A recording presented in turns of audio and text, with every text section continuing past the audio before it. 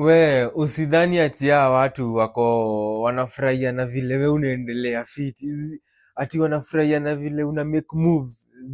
Hawa si wako tu surprised, wanashanga ai, umse kwani alikuwa serious? Ai, umse alikuwa serious na hii shit man.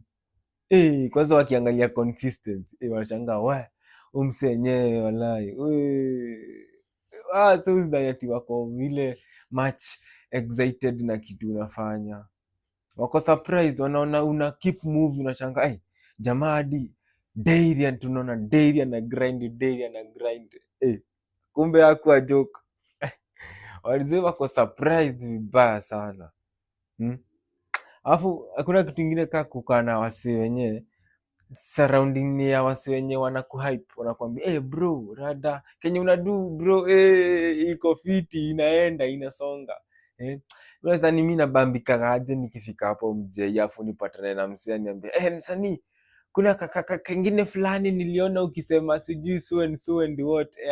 Nabambika nasikia I'm supposed to be in this place stoki mjei because I have people who are hyping what I'm actually doing, what I'm trying to deliver, unaona.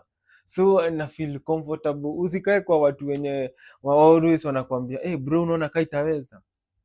Kaa kwa watu wenye unaona wanika wanakuonyesha nikai kitu naweza na huko ndani unajua itaweza ama iwezi. Uko zile itaweza ama lakini kuna watu wako at back of your mind, unajua kuna wase wanakuhype wakikwambia inaweza. Push. Usisikize wase, push hiyo vitu man. Acha wakuwe surprised kabisa. Wakuwe surprised. Unajua huu msee aliyekao kaduka kimangoto tu hapo hivyo kimchezo haika na mjazia.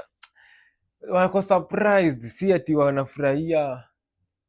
Lakini anyway is the nature of the human being. Bumbuklat.